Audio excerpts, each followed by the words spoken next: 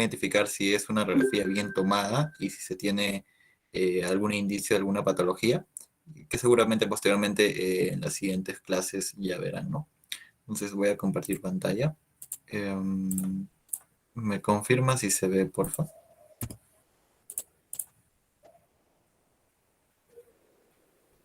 Sí, se puede ver. Ya, gracias. Bueno, voy a apagar mi cámara para no estar ahí distrayendo. Y ya. Bueno, a ver, espero que pasa, sí pasa, ¿no? Ya. Bueno, vamos a empezar entonces con la radiografía de tórax normal. Seguramente en la clase anterior, de ayer, ya han hablado un poco de lo que son los rayos X, de si hay una densidad característica de una estructura. Pero bueno, algunas cosas que tenemos que tener en cuenta en cuanto a una radiografía de tórax, específicamente ya de tórax, es que va a ser un estudio de imagen barato, es el más usado normalmente, y que nos permite poder, si bien en algunos casos confirmar una sospecha diagnóstica, también poder tener un mayor indicio de que estamos yendo hacia una patología. Perdón por el ruido. Entonces, para entender qué es esto, tenemos que entender que van a ver diferentes ondas electromagnéticas en las cuales va a estar los rayos X, también van a ver rayos alfa, rayos beta, rayos gamma, neutrones, y estos van a tener cierta capacidad de traspasar algunas estructuras. En este caso, hablando de rayos X, el rayos X va a poder pasar lo que es el papel, el aluminio, pero no va a poder pasar el plomo. Y una estructura mucho más dura y gruesa es el hormigón, de la cual no puede pasar los otros rayos como los alfa, los beta, ¿no? Y estos rayos X van a ser fotones que van a chocar con los átomos que tenemos en nuestro organismo, ¿no? Recuerden grado de división que tenemos desde célula, las organelas, vienen los complejos supramoleculares y vienen las moléculas, ¿no? Y ahí también tenemos átomos. Entonces, a ese nivel va a permitir justamente que se emita, como vemos en la imagen inferior izquierda, creo que tengo acá el crucero, como vemos acá en esta imagen, se emite por este equipo de rayos X estos fotones, van a chocar contra las estructuras de nuestro cuerpo, en este caso del tórax. Tenemos que tener en consideración que todas las estructuras de nuestro cuerpo van a tener diferentes grosores, densidades, por lo tanto, al captar por medio de esta estructura que vemos acá, que es la placa, donde está el chasis, va a haber una diferenciación en cuanto a si pasa de una manera adecuada o no, ¿no? Y esa diferenciación nos permite poder hacer el análisis de rayos X, ¿no? Ahora, estos rayos X van a emitir una radiación. Esta radiación se va a medir en milisieverts. Estos milisieverts corresponden a una dosis efectiva de radiación. Y en cuanto a los estudios que se han hecho en cuanto emite una radiografía de tórax, tenemos que es 0.02. ¿No? Normalmente se usa esta radiografía de tórax para poder compararlo con otros estudios de imagen. Recordemos que tenemos varios estudios de imagen, desde la radiografía, como vamos a hablar hoy día, también las tomografías, ecografías, resonancias y otras, ¿no? Y que nos va a permitir justamente poder estudiar el cuerpo humano, ¿no? Claramente, algunas no emiten radiación, en este caso la radiografía de tórax sí, y es bueno comparar esto con otro tipo de estudios que emiten radiación como la tomografía, que normalmente es un estudio imagenológico que se va a usar posterior a una radiografía de tórax para poder evaluar de manera más específica, porque nos permite una mejor visualización de la patología presente en pulmón o en tórax. No siempre se va a optar por la tomografía, hay veces que la clínica y la enfermedad como tal es tan clara que simplemente con una radiografía de tórax ya podemos hacer un diagnóstico, pero en varias situaciones se va a recurrir después de una radiografía de tórax a una tomografía. Entonces, si comparamos ambas, vamos a tener que una tomografía de tórax va a ser 400 radiografías de tórax. Va a emitir una dosis efectiva de 8 milisieverts comparado con el 0.02 de la radiografía de tórax, ¿no? También tenemos una que emite más que la de abdomen, pero si hablamos de tórax, es una de las que está emitiendo mayor dosis, ¿no? Ahora, esta dosis efectiva también se ha comparado con lo que es la radiación natural que recibimos del el ambiente, ¿no? Esta radiación natural en la radiografía de tórax corresponde a 3 días, ¿no? En cambio, una tomografía de tórax va a ser 3,6 años de exposición a una radiación natural que siempre recibimos, ¿no? Se dice que la dosis máxima permitida al año es de 50 milisieverts, ¿ya?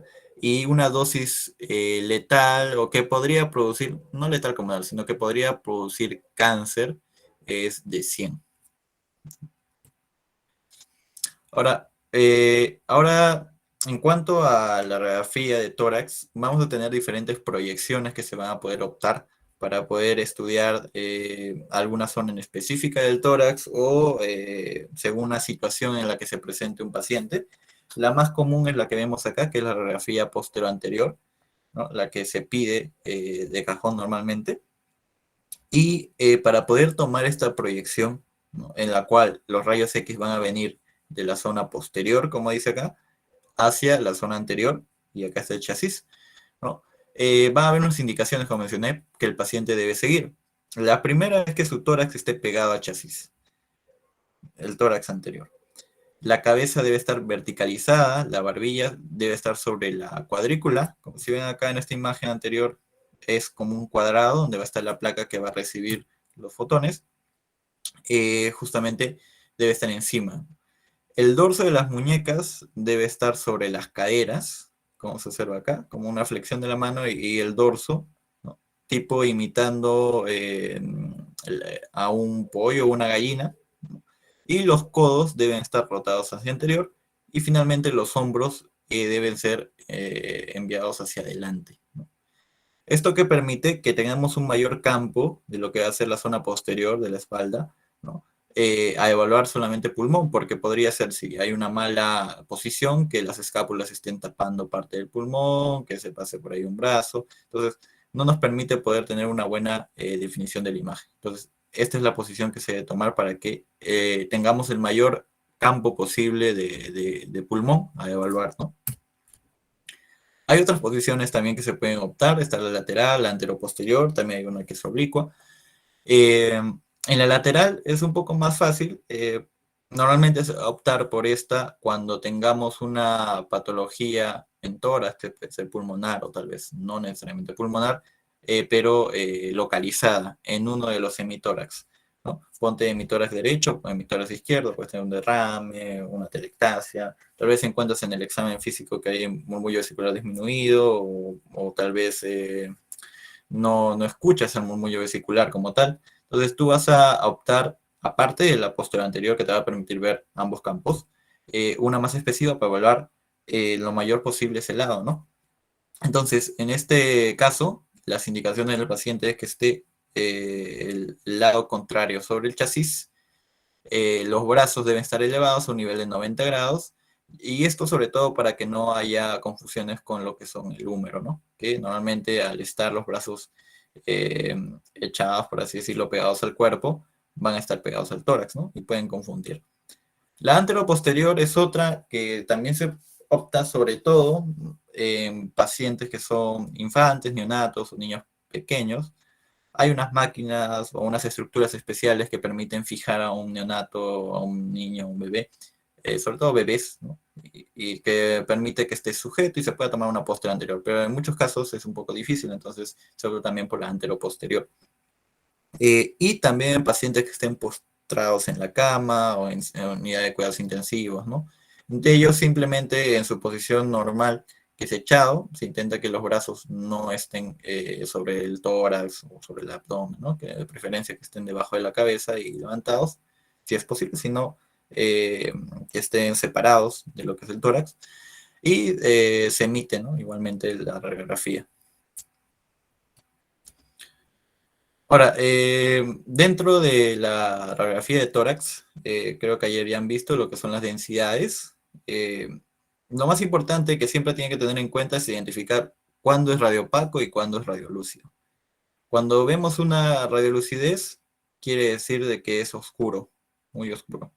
Cuando es radiopaco, quiere decir que es muy blanco, así decirlo. Y cada uno tiene una densidad, ¿no? Ayer sí han visto muy a fondo, creo, este tema, de que el aire es radiolúcido o más negro. El hueso, el hueso tiene características especiales, es radiopaco, ¿sí? Pero por la misma morfología que tiene y dependiendo de la estructura que se puede tener bordes o situaciones, sobre todo en la parte más central, que aparezcan como radiolucidez, ¿no? Y bueno, también tenemos el agua, ¿no? Cuando hablamos de agua, no solamente estamos hablando de líquidos, también podemos estar hablando de tejido blando, ¿no? Eso también tienen que tener en cuenta. Entonces, acá podemos usar una radiografía de tórax. Todavía no vamos a evaluar si está bien rotada, si está penetrada, si hay una buena inspiración, ¿no? Sino simplemente las densidades, ¿no? Para que podamos hablar.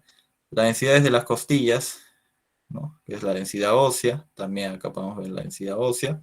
La densidad del aire, que va a estar justamente acompañada de los pulmones, ¿no? Porque tenemos aire en los pulmones, esa es en inspiración. Si hubiera una expiración o esta radiografía fuera tomada en expiración, tal vez no lo hubiéramos visto tan radiolúcido, ¿no? Y la densidad de agua, que en este caso estamos viendo corazón, también partes blandas pueden tomar la densidad agua, ¿no? Y la densidad de grasa, ¿no? Que vamos a encontrar, que puede haber mayor predominio sobre todo en personas obesas, ¿no? Ahora, para poder leer una radiografía, primero tenemos que evaluar la calidad.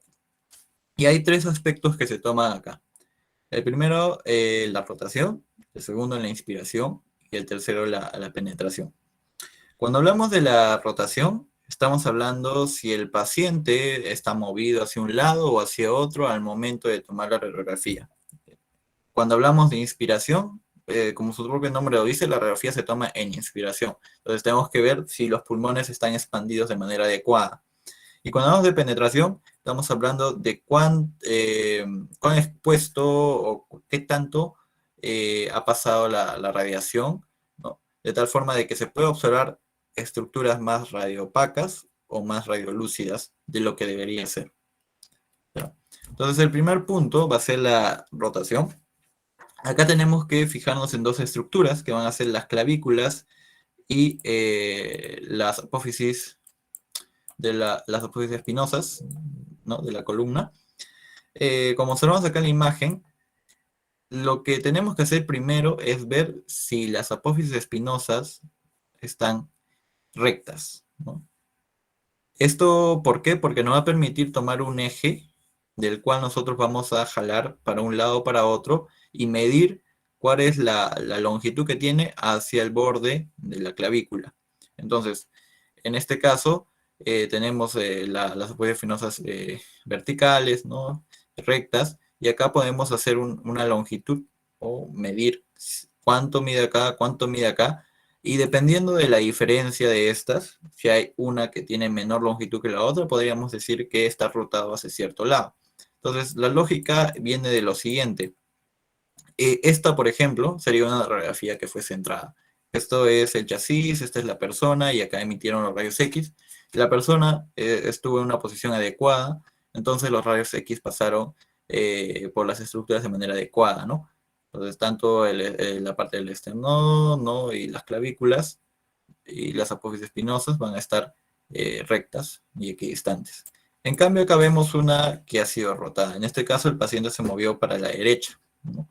Entonces, al moverse hacia la derecha, vemos que la longitud entre la apófisis espinosa de la columna y la clavícula izquierda, contralateral, se ha disminuido.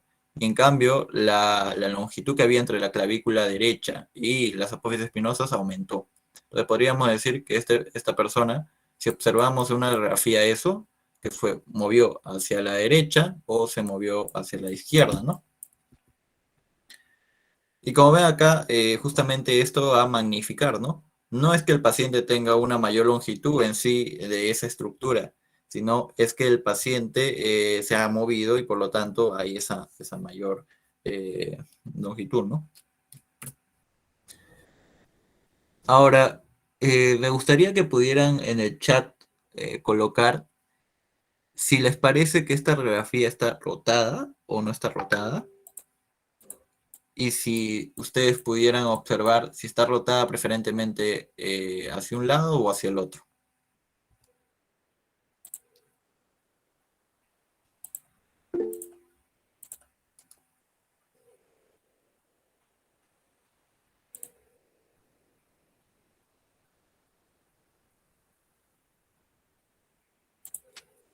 Ya, dicen rotada, rotada, rotada. Bueno, si está rotada, como observamos acá, vemos las apófisis espinosas, vemos el borde de la clavícula y vemos que acá la longitud de las apófisis espinosas hacia la clavícula derecha es mayor que hacia el lado izquierdo, ¿no?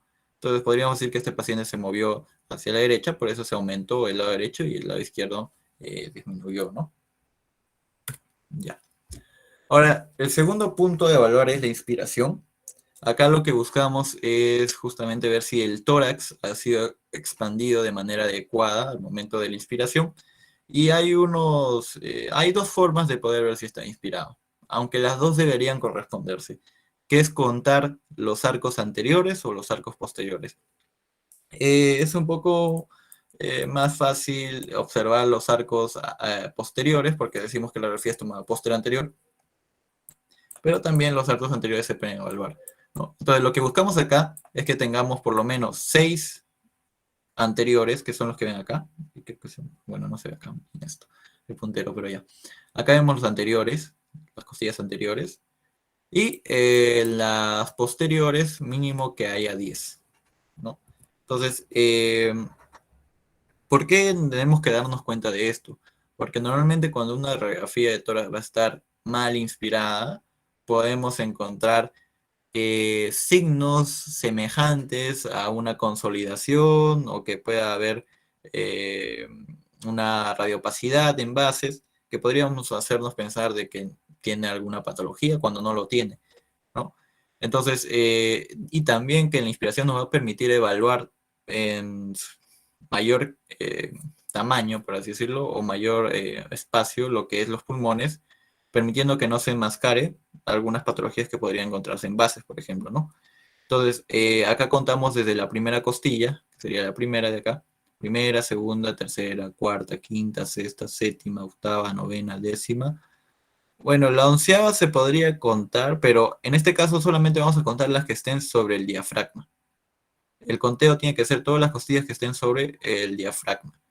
¿Ya? Igual las anteriores, ¿no? Acá vemos que hay 6. Bueno, esta séptima podría dejarse en duda, pero ya tenemos la sexta, así que podríamos decir que ya está bien inspirada, ¿no? Ahora, también se puede valorar la inspiración en una radiografía lateral. Lo que se busca acá principalmente es que los campos pulmonares sobrepasen la vértebra T10, ¿no? La décima vértebra dorsal. Si, si el campo pulmonar, ¿no? Hablando de la presencia de la radiolucidez, ¿no? que tiene, sobrepasa esta vértebra dorsal, podemos decir que está bien inspirada. Y también podemos hacer identificarlo mediante, primero, identificar dónde está el ángulo de Luis, que es entre el esternón, la cabeza del esternón y el cuerpo del esternón, ¿no? Y la proyección de esto debería llegar a T4 o el disco intervertebral en T4 o T5, ¿no? Y que los campos pulmonares pasen lo que es T10, como vemos acá, ¿no? Todavía hay campo pulmonar acá.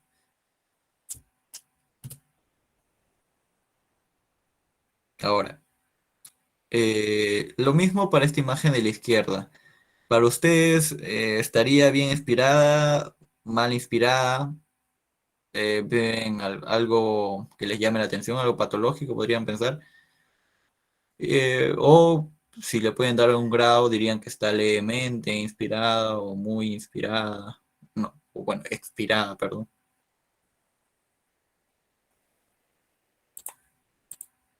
Voy a aumentar, perdón, la calidad de la grafía, pero es así vino.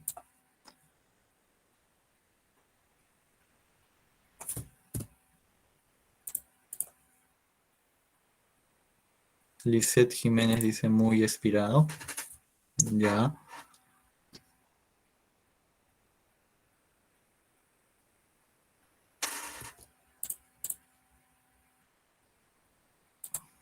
Ya, levemente expirado. Ya bueno, no está tan expirado que digamos, podría decir de moderada a leve, pero si contamos las posteriores en este caso, podemos ver 1, 2, 3, 4, 5, 6, 7, 8, y ya no se ve la 9 ni la 10, ¿no? Entonces, de plano ya decimos que está expirada, ¿no? Igualmente las anteriores, vemos acá 1, 2, 3, 4, 5. Hasta estas 5 podría ser dudosa porque ya llega el diafragma, ¿no? Entonces, no hay una buena inspiración en esta radiografía. Igual acá, si se habrán dado cuenta algunos, no sé si alguien habrá dicho algo sobre eso, pero acá hay una radioopacidad, ¿no? Que en sí no es algo patológico, sino que el paciente tenía una escultura pequeña de un santo. Está ahí. Ahora, esta radiografía de acá, bueno, ya no sé, ya está señalada, también es una radiografía mal inspirada, pero que es de un paciente sano, que no tiene ni tos, no tiene compromiso del sistema respiratorio, pero si ven acá, se observa una radiopacidad en base derecha, ¿no? Entonces, ¿esto por qué se ha dado? Porque la radiografía, como se dan cuenta, según cuenta, ha sido mal inspirada. Y como le mencioné, puede darse el caso de que al no ser una radiografía que se haya dado en una buena inspiración, semejar a alguna consolidación, ¿no? Entonces, en este caso, no es que el paciente tenga una consolidación, sino que es simplemente porque la radiografía ha sido mal inspirada o el paciente ha inspirado mal. Entonces, la radiografía asemeja a eso, ¿no?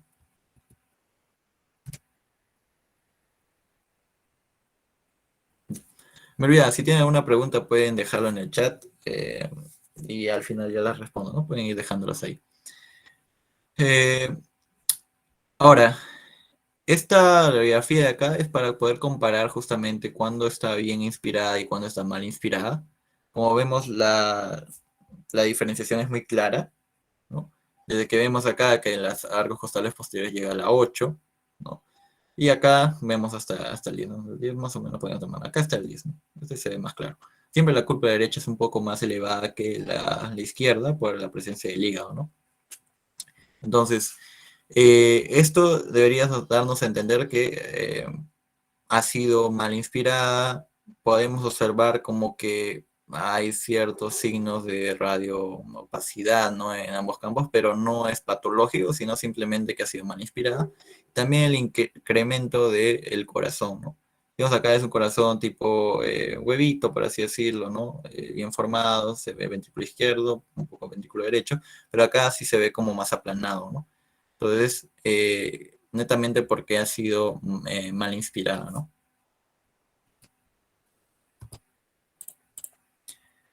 Ya. En cuanto al otro punto que se tiene que evaluar, que es la penetración, acá vemos que tanto han, como su nombre se dice, penetrado los rayos X, ¿no? Si ha sido de manera exagerada o insuficiente, ¿no? Entonces, normalmente en este punto vamos a denominar a la radiografía si son placas blandas o placas duras. En este caso, nosotros vamos a ver acá la placa blanda. Esto es cuando hay una exageración de la intensidad de rayos X, ¿no?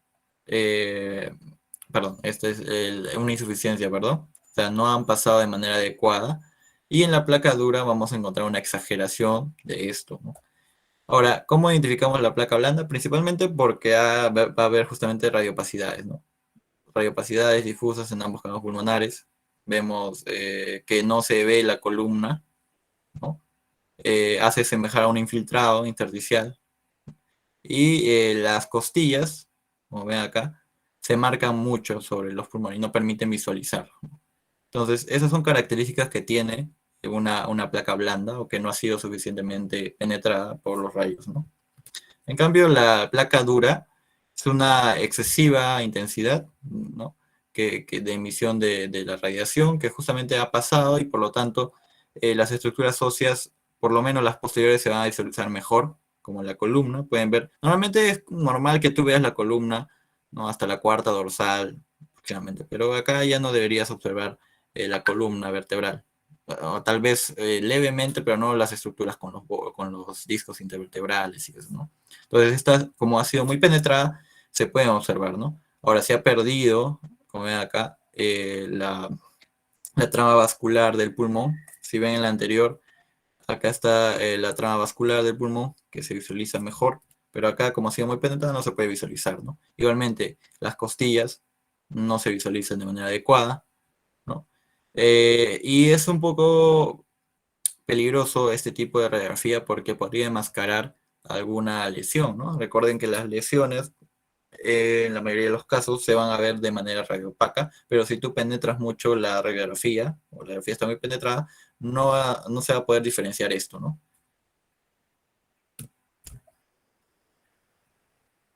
Entonces, acá tenemos las dos para que comparen. La radiografía izquierda es la placa blanda y la derecha es la dura, ¿no? Donde ha habido una mayor exposición de radiación.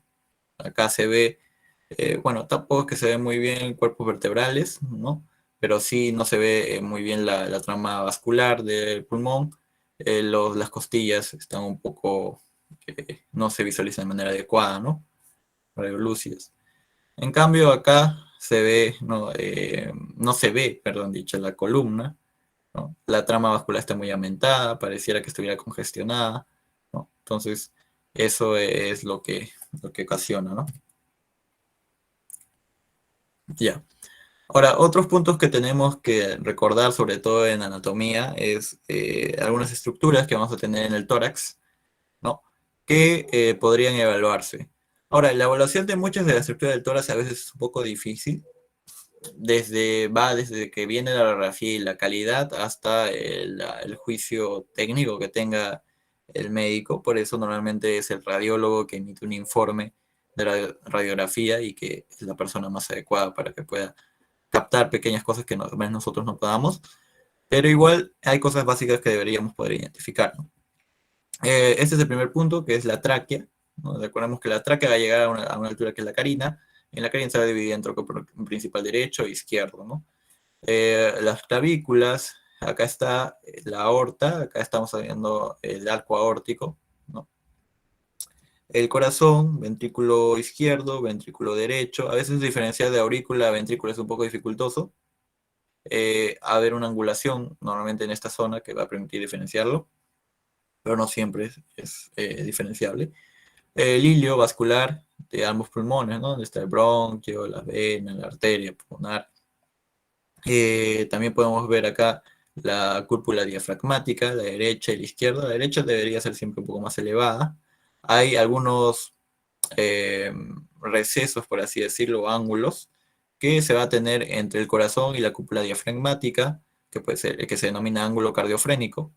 El, la diafragma también lleva el nombre de las estructuras que agregan, ¿no? De frénicos, si se acuerdan de anatomía. Entonces, acá entre el corazón y el diafragma tenemos el ángulo cardiofrénico derecho y acá debería estar el izquierdo. Y también en las zonas alejadas del pulmón, en las bases, las angulaciones, ¿no? Vamos a tener otros recesos, ¿no? Que es el ángulo frénico torácico, llaman algunos, o costofrénico, y igual el derecho, ¿no? Bueno, también acá algunos les llama la atención la presencia de ciertas radioopacidades a esta altura de abdomen, que puede visualizarse en la radiografía de tórax, pero no, netamente es la burbuja de aire que se encuentra en el estómago, ¿no? Entonces acá podemos observar ya la radiografía tomada con sus estructuras. Y bueno, como les decía, acá podemos visualizar tráquea, ¿no? Hasta la carina, que se divide acá en bronquio principal derecho, bronquio principal izquierdo, ¿no? También podemos ver acá el parénquima. Normalmente la trama vascular del pulmón debería ocupar 2/3 de lo que es el campo pulmonar. Entonces, si vemos acá la trama vascular, debería llegar más o menos hasta acá, ¿no? 2/3. Y acá ya no debería visualizarse la rama vascular, en el tercio externo, igual en el hombro pulmón. Vamos a ver el ilio, ¿no? Que está conformado, ¿no? Por el bronquio, la arteria y la vena. La columna, ¿no? Acá se puede visualizar un poco, tal vez se ha pasado un poco. También podemos utilizar acá el aire gástrico que vamos a encontrar, ¿no? En el estómago. que no es algo patológico como tal. Hablando de corazón, ventrículo izquierdo, acá debería estar aurícula izquierda, ventrículo derecho, aurícula derecha, y acá podemos observar el arco de la aorta, ¿no? El arco aórtico que baja, y acá, como ven acá, esto sería la aorta descendente. Si comparan con lo que es la columna, se ve como una radiopacidad más definida, ¿no? Que es justamente la aorta descendente, ¿no? No siempre se puede visualizar, pero en este caso sí, ¿no? Y si tomamos una radiografía lateral, igualmente podemos evaluar tráquea, ¿no? Normalmente me olvidaba de mencionar es que tráquea se evalúa para visualizar tal vez alguna desviación, puede estar desviada hacia un lado si tenemos, por ejemplo, seguro ya lo van a ver en los siguientes temas, si hay, por ejemplo, una telectasia, un hemotórax, ¿no? Sobre todo en el hemotórax, ¿no? Se desvía la tráquea al lado contralateral, ¿no? Podemos visualizar escápulas, acá está el arco aórtico, ¿no? Con la aorta descendente. Las vértebras torácicas, ¿no? Podemos evaluar tal vez alguna densidad ósea, sería un grado de, no sé, de baja densidad, alguna estructura, pero eso ya lo van a ver cuando evalúen columna como tal. Diafragmas, ¿no? Tanto izquierdo como derecho, y principalmente eso, ¿no? El corazón. Ahora, me gustaría que me digan si ven esta radiografía normal o algo les llama la atención. Podrían decir que es patológica, o si pudieran describir qué ven, ¿no? Algo que les llame la atención. Hablando, por ejemplo, lo que les mencioné, ¿no? Radiopacidad o una radiolucidez.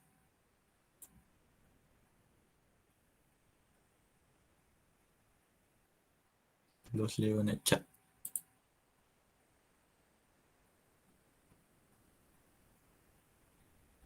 Ya, Jorge Díaz dice la radiopacidad de las mamas. Ya, y eso es correcto. Normalmente para una persona que lo ve radiografía por primera vez, podría causarle confusión esto. Bueno, a mí me ha pasado cuando vi por primera vez una radiografía, pensando que podría ser una consolidación en ambos bases pulmonares, pero tienen que tener en cuenta que en las mujeres, normalmente en bases, se puede ver la radiopacidad de las mamas, ¿no? Que va a estar sobrepuesta. Entonces tienen que tener cuidado con eso, no confundirse. Ahora, también podemos nosotros evaluar el mediastino, ¿ya? La división del mediastino hay varias, hay una de Martínez, esta es de Felson, hay otra anatómica, pero normalmente se usa esta de Felson que es más fácil, por así decirlo. Recordemos que tenemos un mediastino anterior, medio y posterior, y van a tener límites. El anterior va a estar, el límite anterior por el esternón, el límite posterior del mediastino anterior, por el borde posterior cardíaco y borde anterior de la tráquea, ¿no? El medio va a estar justamente detrás del anterior, ¿no? Hasta 1 centímetro por detrás del borde anterior de los bordes de los cuerpos vertebrales, ¿no? De los bordes anteriores de los cuerpos vertebrales. Y el posterior, desde la parte posterior del mediastino medio, ¿no? Hasta los surcos paravertebrales y las áreas posteriores de las costillas que llegan por acá, ¿no? Entonces, esto nos permite a nosotros poder localizar alguna presencia, por ejemplo, una tumoración exacta en una ubicación, podríamos decir, hay una tumoración en mediastino anterior, en mediastino medio, ¿no? Entonces, estructuras que vamos a encontrar en cada una de estas zonas, en el anterior vamos a encontrar grasa, ganglios, el timo, si es que no ha involucionado, la aorta ascendente, el corazón. En el medio vamos a encontrar la tráquea, los bronquios, ganglios, sobre todo en esta parte del mediastino medio vamos a hablar muy bien ganglios porque puede haber un aumento de su tamaño en alguna, podría ser en tuberculosis, podría ser también en un tipo de neoplasia, ¿no? De tipo maligna. Esófago y la aorta descendente, ¿no? Que viene por acá. Y en el posterior, simplemente los tejidos blandos paravertebrales y las vértebras como tal, ¿no? Otro punto también que quiero que tengan en consideración es cómo identificar o cómo leer una radiografía posterior anterior en comparación con una antero-posterior. Porque si bien ambas nos permiten observar lo que queremos evaluar, que es tórax o pulmón, por la misma, por el mismo lado por el cual se va a exponer los rayos X, va a haber una diferenciación en cuanto al tamaño. En el poste anterior, que es el corazón normal, ya lo hemos visto, pero en el caso que sea anteroposterior, normalmente el corazón va a estar incrementado. ¿Por qué? Porque, como dice acá, el corazón va a estar más anterior que en el caso de la posterior anterior. Y por lo tanto, si si está más anterior, va a dar una mayor sombra radiológica, ¿no? Que va a simular en la placa que vamos a tomar un incremento de su tamaño. Entonces acá vemos ambos tipos de radiografía, la posterior anterior y anteroposterior. Eh, Normalmente la anteroposterior también puede confundirse como si hubiera algún tipo de conciliación o algún tipo de infiltrado. Pero si vemos bien el tamaño del corazón, vamos a ver que es mucho más grande que la posterior anterior, pero eso no quiere decir que su corazón sea cardiomegálico, ¿no? Sino que simplemente es una radiografía anteroposterior y es normal encontrar el corazón incrementado en ese tipo de radiografía. También los arcos costales van a estar un poco más horizontalizados. Entonces, justo entrando un poco a esa parte de la evaluación del corazón, tenemos que tener en cuenta que nosotros vamos a tener que evaluar el índice cardiotorácico, sobre todo en pacientes cardíacos, ¿no? O que podrían tener, porque no solamente evaluamos pulmón, también evaluamos corazón y estructuras óseas en la radiografía de tórax, ¿no? Y otras partes blandas, ¿no? Tráquea, esófago, aorta. Pero sobre todo el corazón es algo que se puede hacer, ¿no? Y que nosotros vamos a seguir la siguiente regla, por así decirlo, ¿no? Vamos a medir la distancia entre el borde más externo de la aurícula derecha y la línea media para vertebral. La longitud que se encuentra entre la distancia más externa del ventrículo izquierdo a la línea media también. Y luego vamos a hacer otra medición entre los bordes internos de los sacocostales del punto más alto del diafragma, ¿no? Acá está el punto más alto del diafragma de ambos bordes costales, ¿ya? Entonces, la fórmula que vamos a tener acá es que vamos a sumar tanto la distancia que encontramos de aurícula a línea media del lado derecho, en el lado izquierdo de ventrículo a línea media, y esto sobre el total que hemos medido entre ambos arcos costales, ¿no? Y esta fórmula nos va a dar el índice cardiotorácico. Entonces, normalmente la relación que debería tener estos no debería ser mayor de 0,5, debería ser menor. Y solamente lo vamos a evaluar en la radiografía de tórax posterior anterior. ¿Por qué? Porque ya hemos dicho que la anteroposterior, por ejemplo, nos va a dar una cardiomegalia que no es no es como tal, ¿no? Y podríamos decir, ya, posterior anterior le hago esto y me sale cardiomegalia, pero no es que tenga el paciente cardiomegalia, sino que solamente fue una posterior anterior, ¿no? Por ejemplo, acá sí estamos viendo una cardiomegalia. ¿Alguien ve algo extraño en esta radiografía? ¿Algo que le llame la atención? No necesariamente tiene que decir qué es, pero podría describirlo, ¿no?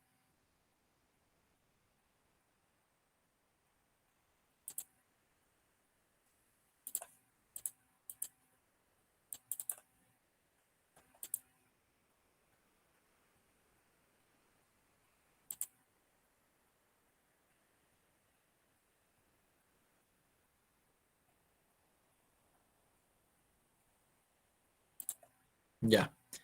Bueno, ese es un paciente cardiópata y sí tienen razón, acá se puede observar, ¿no? Una radiopacidad que pareciera metal, ¿no? Y es una válvula. Este es un paciente que tiene un reemplazo de válvula mitral. Entonces, claramente es por la estructura que vemos acá, se asemeja, ¿no? Justamente acá está el ventrículo izquierdo y acá está la mitral, ¿no? Entonces, este es un reemplazo de válvula mitral.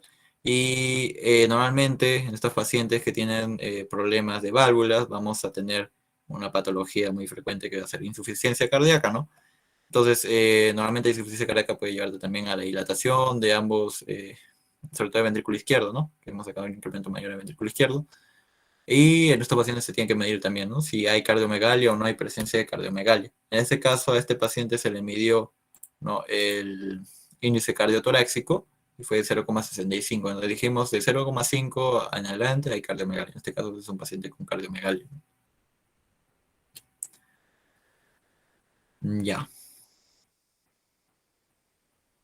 Eh, para ustedes, la imagen de la izquierda ¿es o no es cardiomegalia?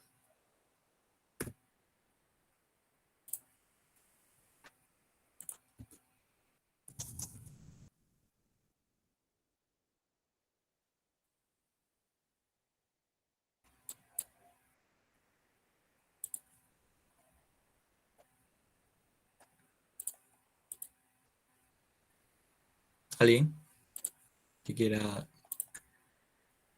lanzarse para decir si es o no cardiomegalia? Ana dice que sí. Sí, es una cardiomegalia. Ni siquiera se necesitaría medir el índice cardiotorácico porque está muy clara, ¿no? El incremento. Claro, uno tiene que medirlo igual para poder hallar el número exacto, pero es una cardiomegalia. En cambio, el lado derecho eh, no necesariamente es una cardiomegalia. Hablando de no necesariamente es un incremento del corazón. Este es un signo radiológico, ¿no? Que se llama el signo de la botella, ¿no? Donde vamos a observar justamente un incremento. Si ven la diferencia en la izquierda, este es un incremento predominio izquierdo, ¿no? Un poco a derecho, pero sobre todo izquierdo. Y acá vemos un predominio, un incremento en ambos lados, ¿no? Y asemeja como una botella de agua, una ánfora. Entonces, este signo radiológico es típico de un derrame pericárdico. ¿Por qué? Porque en un derrame pericárdico, nosotros, bueno, para tal vez los que todavía no han llevado anatomía de corazón, si es que hay alguno, tenemos un líquido en un espacio virtual entre el pericardio y el corazón, que es el líquido pericárdico, ¿no? Que normalmente va a estar ahí, ¿no? Cubriendo o lubricando esa zona. Pero va a haber en algunas situaciones en las cuales puede haber una comunicación, digamos, una ruptura del corazón de alguno de sus lados, podría ser por un infarto, ¿no? Y puede extravasarse sangre al corazón, ¿no? También podría haber una pericarditis y un incremento del líquido pericárdico, y que el incremento de esto no va a ser solo para un lado, ¿no? Sino que el incremento del líquido es para ambos lados. Por lo tanto, nos da este signo justamente de la botella, ¿no? Que es típico. Entonces acá, más que decir que es cardiomegalia, podríamos pensar en un derrame pericárdico, ¿no? Y bueno, otro punto también que quiero que tengan en cuenta es la proyección de los lóbulos. ¿Cómo vamos a poder identificar el compromiso de uno u otro en una radiografía? Eh, pero esto tiene que basarse primero en su anatomía. Prácticamente todo lo que es radiografía se basa en la anatomía previa que han estudiado, ¿no? Entonces, en el pulmón derecho, recordemos que tenemos tres lóbulos: un lóbulo superior, un lóbulo inferior y un lóbulo medio, superior y posterior, o inferior. Entonces, de una vista frontal, acá vamos a ver el lóbulo superior, el lóbulo inferior y el lóbulo medio, ¿no? Y en este caso va a haber una superposición, ¿no? Normalmente de estos lóbulos, que ahorita vamos a ver cómo se superpone. En cambio, el pulmón izquierdo es más fácil porque solo hay dos lóbulos, ¿no? Un lóbulo anterior y uno posterior, o que podría observarse superior o inferior. Ahora, en la radiografía de tórax vamos a evaluar justamente lo mismo, ¿no? El superior, el inferior y el medio. Acá tenemos el medio, ¿no? Entonces, en esta zona de acá, vemos que hay una superposición, ¿no? Sobre todo el lóbulo inferior y el lóbulo medio. El lóbulo superior normalmente está libre, ¿no? Y lo podemos ver acá, ¿no? El lóbulo superior y el lóbulo medio, ¿no? Y acá el lóbulo inferior. Entonces, el lóbulo medio y el lóbulo inferior normalmente pueden estar superpuestos. El lóbulo superior normalmente no, ¿no? Y va a formar algunas cisuras, ¿no? La cisura oblicua y la cisura menor, ¿no? Que nos va a permitir identificar, no siempre, pero en la mayoría de los casos, el compromiso de alguno de estos, ¿no? Ahora, no necesariamente por la línea que van a tener acá de las cisuras, vamos a decir de que está en un foco como tal, ¿no? Porque una radiografía como tal de esta no nos dice que hay atrás, ¿no? Podría haber también compromiso de esta zona, ¿no? El lóbulo posterior, inferior. Entonces, la cisura menor derecha se va a encontrar a la altura del cuarto arco costal, ¿no? Y se puede visualizar, ¿no? Es difícil, sí, pero si ven acá, se ve como una tenue radio lucidez, ¿no? En línea, así. Entonces, esa es la cisura menor, ¿no? Y que nos debe dividir justamente el lóbulo superior y medio, ¿no? Entonces, también podemos visualizar la oblicua, ¿no? Que dividir el lóbulo inferior del superior y medio. Y podemos observar acá también la línea, ¿no? también como una línea de radiopacidad que un poco más abajo como que se quiere perder, ¿no? Pero es la línea oblicua. ¿Ya? Ahorita vamos a ver con qué fines se hace eso, pero normalmente es para poder identificar el compromiso de un lóbulo u otro, ¿no?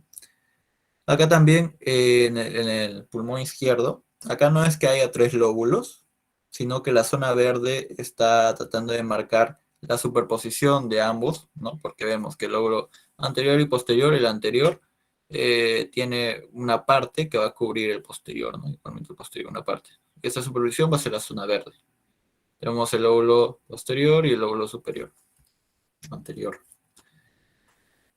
Entonces, en esta radiografía, si ven acá, se ve la cisura menor, ¿no? Y se ve en compromiso una radiopacidad en esta zona, ¿no? Entonces, ustedes, ¿qué lóbulo pensarían que está comprometido en esta radiografía de tórax?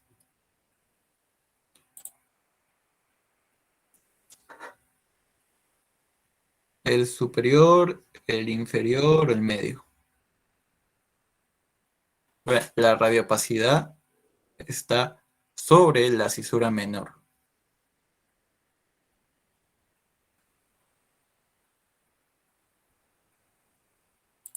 Ya. Sería el superior. ¿Por qué? Porque justamente les mencioné acá, si pueden ver la imagen, la cisura menor divide el lóbulo medio del lóbulo superior. Entonces, si encontramos una radiopacidad, una consolidación que esté marcadamente dividida por esta cisura menor a predominio de uno de los dos lados, en este caso estaba encima de la cisura menor, que observamos acá, ¿no? Fácilmente decimos que es el lóbulo superior, ¿no? Y el medio no sería en este caso. Bueno, eso sería todo. Si tuvieran una pregunta, lo pueden dejar en el chat. Y bueno, gracias por su atención.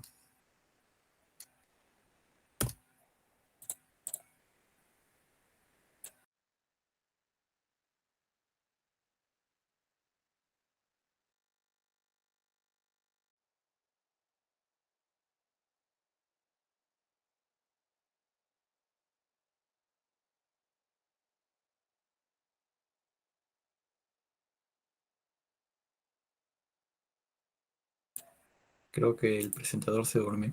O la presentadora. Bueno, chicos, como escucharon, pueden dejar sus preguntas, dudas, inquietudes en el chat, por mientras les voy dejando el link del post-test.